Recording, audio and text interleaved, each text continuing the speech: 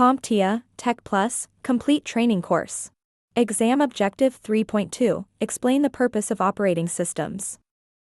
Device management. Device management is the process of controlling and coordinating the various hardware devices connected to a computer system. It is a vital function of the operating system that enables it to recognize, configure, monitor, and interact with hardware components such as printers, graphics cards, network adapters, and storage devices.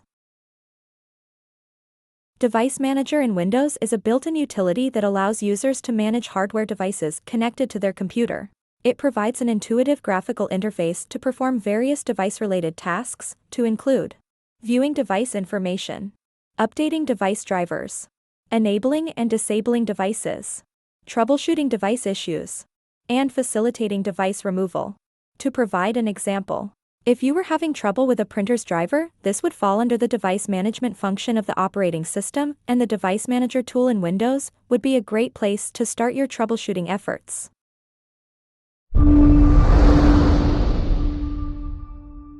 Thank you for watching. Subscribe for more great content.